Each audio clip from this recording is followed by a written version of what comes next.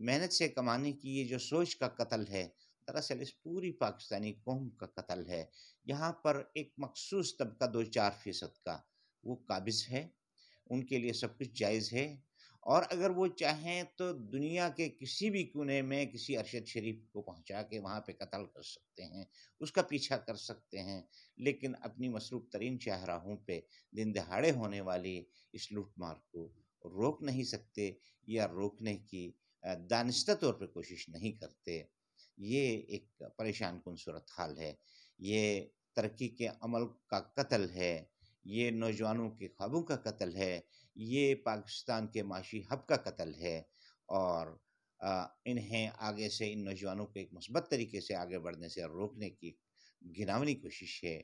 ترقی کے عمل کا یہ قتل اور مواقع چھیننے کا یہ قتل ایک طرف، اور یہاں سے کینیا تک جنہیں قتل کرنا ہو ان کا پیچھا اور وہاں جا کے انہیں قتل کرنا یہ دوسری طرف۔ یہ ایک واضح تضاد ہے جسے ہم اپنی سوسائٹی میں محسوس کرتے ہیں۔ یہ در حقیقت ایک سسٹم ہے مجرمانہ طاقتوں کا، انفلوئنشل طاقتوں کا، سرمایہ داروں کا، جاگیرداروں کا، اور ان عناصر کا جو ہمارے فاضل اداروں پہ قابض ہیں، اور کے گنے چنے چند افراد ہیں جو اپنے ناجائز مفادات کے لیے، جو اپنی دولت کے ہوس میں، لوٹ مار کی ہوس میں ملک کو جنگل بنا چکے ہیں۔ یہ اس سسٹم کے گرفت میں رکھنے کے لیے، لوگوں کو ان کی اپنی پریشانیوں میں گرفتار رکھنے کے لیے، تاکہ وہ ان کی چوریوں کی طرف نہ دیکھ سکیں، یہ ایک منظم سسٹم لگتا ہے مجھے، یہ ایک منظم سازش لگتی ہے۔ اور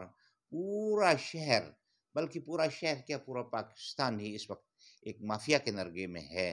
اپنے اثاثے 4000 گنا زیادہ بڑھانے والے سرمایہ دار، جاگیردار اور اس ملک کا حکمران طبقہ، اس نے اس ملک کے عوام کو 4000 گنا پستی میں دھکیل دیا ہے۔ نہ صحت کے مواقع ہیں، وہ جو 10 لاکھ روپے فی خاندان کے حساب سے ہیلتھ کارڈ کی ایک اسکیم تھی، وہ بھی تیاگ دی گئی ہے، اس سے غریبوں کا ایک آسرا بندہ تھا۔ تعلیم تو عام آدمی کی اپروچ سے باہر ہے، یونیورسٹیوں میں اعلیٰ تعلیم کی فیسیں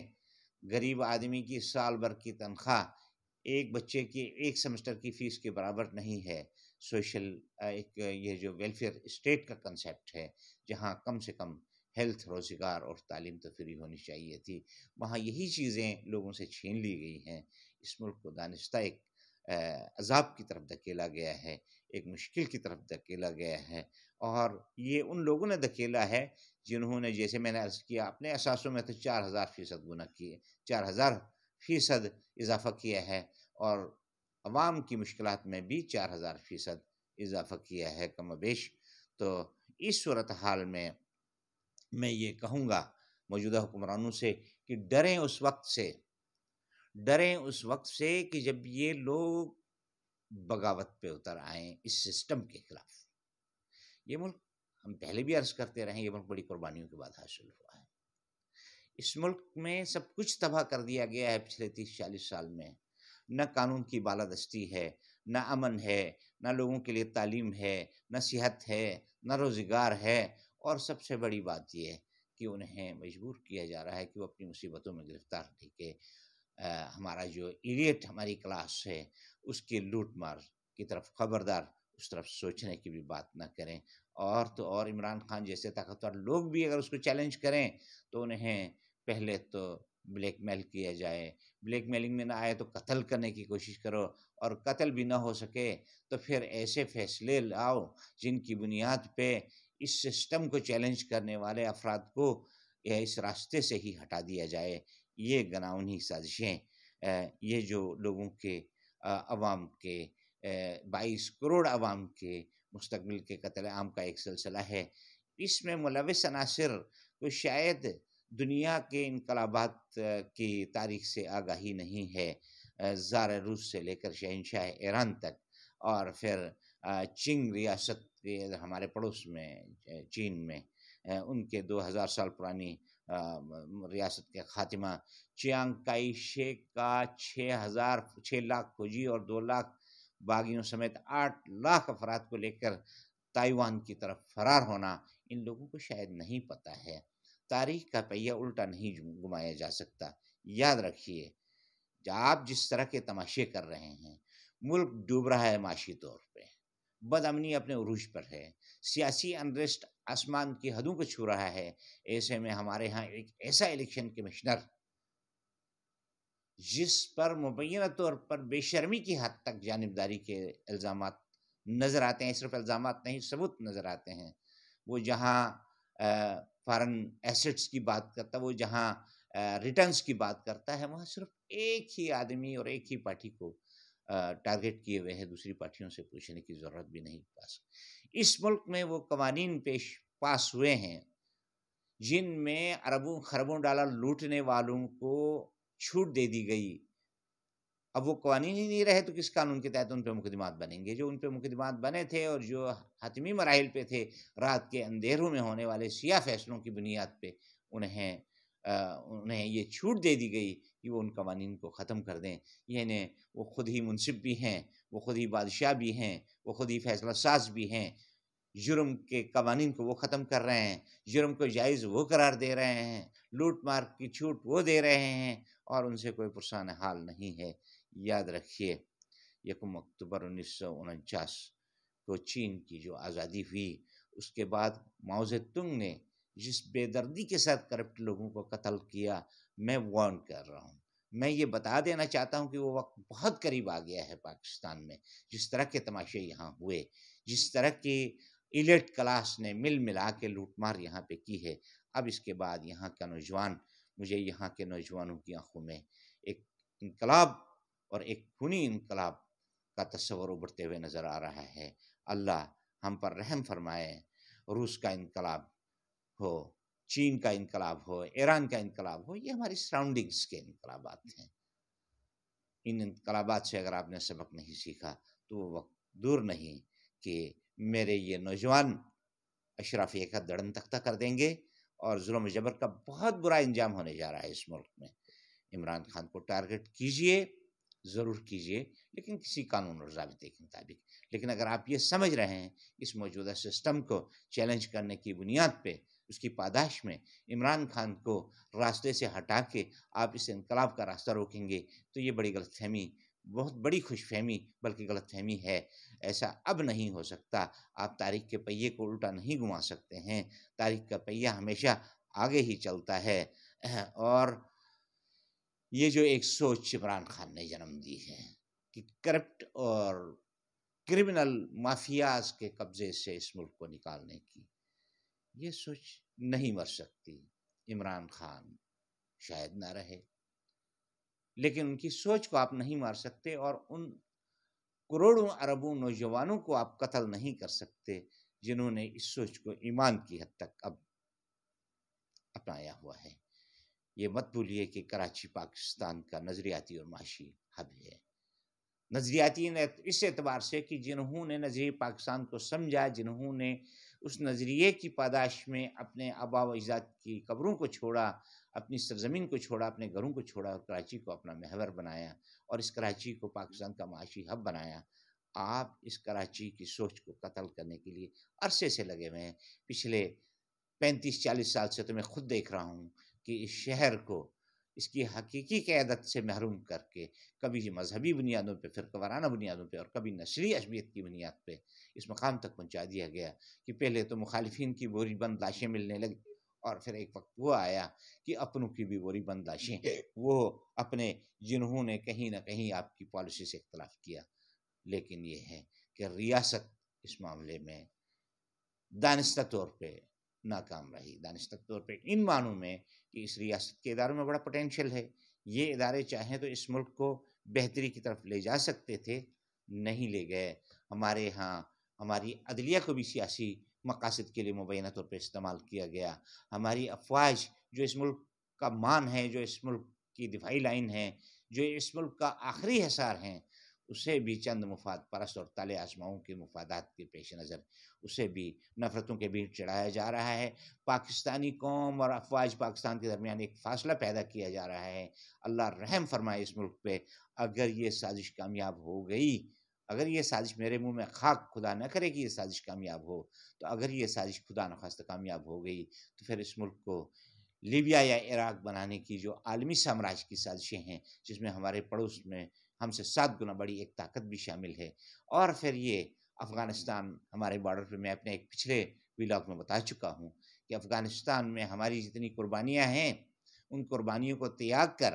طالبان کو اس مقام پہ لے آیا گیا ہے کہ وہ امریکی سامراج اور اس کے دوسرے چیلوں کے ساتھ اپنے معاملات کو درست کر لیں، ان کے مطالبات کو مان لیں، ان کی خواہشات کو مان لیں۔ پشتون قوم پرستی کے تنازع کو لے کر اس جنگ کو پاکستان کے اندر لایا جائے، اس جنگ کو پاکستان کے اندر لانے کی کوششیں کافی عرصے سے ہو رہی تھی۔ طالبان کے انقلاب کے بعد وہ کوششیں دم توڑ گئی تھیں، لیکن ایک تو طالبان حکومت کو طالبان حکومت کو تسلیم کرانے کے حوالے سے عمران خان صاحب کی جو کوششیں تھیں، ان کوششوں کو بریک لگ گیا۔ طالبان کے پاس اپنا کوئی سرپرست نہیں رہا، تو وہ بھی کسی نہ کسی حد تک کمپرومائز پہ آ گئے۔ بھارت کے ساتھ بڑی حد تک انہوں نے کمپرومائز کر لیا، امریکہ کے ساتھ بڑی حد تک کمپرومائز کرنے پہ مجبور ہیں کہ ان کے اثاثے عالمی دہشت گرد کے ہاتھ میں ہیں مبینہ طور پہ، اور ان حالات میں انہوں نے اپنی سروائیول کے لیے دوسرے راستوں کی طرف دیکھنا شروع کر دیا ہے۔ وہ راستے جو ہمارے دشمنوں کے تعمیر کردہ ہیں، وہ راستے جو ہمارے ملک کے اندر تخریب کاری کی طرف لے جانے کے لیے ہیں۔ میں نے ٹی ٹی پی کی سوات میں کارروائیوں کے حوالے سے تذکرہ کیا تھا، اس پہ کسی نے توجہ نہیں دی۔ اب تو عملاً پاکستان اور افغانستان کو افواج کو ایک دوسرے کے سامنے لا کھڑا کیا گیا ہے۔ اللہ ہمارے حال پر رحم فرمائے۔ یہ جو کراچی ہے، ہم بات کراچی کی کر رہے تھے، کراچی روشنیوں کا شہر، کراچی علم کا شہر، کراچی غریبوں کی مہاں، اس کراچی میں نہ امن و امان ہے، نہ روزگار کے مواقع ہیں، نہ اس شہر کو کسی نے اپنایا ہے، نہ انہوں نے جن کا تعلق پاکستان کے دوسرے علاقوں سے ہے، نہ انہوں نے جن کا تعلق انٹیگریشن سے ہے، اور بدقسمتی سے نہ انہوں نے جنہیں اپنا سمجھ کر اس شہر کے واسیوں نے اپنا سب کچھ ان پہ قربان کر دیا۔ ان سب نے مل کے اس ملک کو لوٹا ہے اور اس شہر کو لوٹا ہے۔ جب اس شہر کو لوٹا ہے تو یہ منی پاکستان ہے، اس ملک کو لوٹا ہے، اور کراچی کو جس طریقے سے نوچا گیا ہے، اس کے بعد 2% اشرافیہ اگر سمجھ رہی ہے کہ وہ تحریک کے پہیے کو الٹا گھما کے اپنے قبضے کو قائم رکھ سکے گی، تو اب ان کا قبضہ قائم رہنے نہیں آیا۔ اب ان کا قبضہ جو ہے وہ برقرار نہیں رہ سکتا۔ کوئی بتا سکتا ہے کہ جماعت اسلامی کے الخدمت کے ادارے یا عمران خان کا کینسر اسپتال، اس طرح کا کوئی پروجیکٹ، بڑی بڑی وہ پارٹیاں جو 30-40 سال سے اس ملک کو مسلط ہیں، جن کے بچوں کے نام پہ بیرون ملک اربوں خربوں ڈالر کے وہ سرمایہ ہے، جس کا منی ٹریک، جس کے پیسوں کے سورسز کا ذرائع یہ لوگ آج تک نہیں بتا سکے۔ انہوں نے کتنے ہاسپٹل اس شہر میں تعمیر کیے ہیں، کتنے روزگار کے مواقع اس شہر کے واسیوں کو، اس شہر کے پڑھے لکھے نوجوانوں کو دیے ہیں۔ کیا کوئی بتا سکتا ہے کہ حکمران طبقہ اس دوران کہاں سویا رہا ہے، یا صرف انہیں لوٹ مار سے غرض ہے، لوٹ مار کو ہی انہوں نے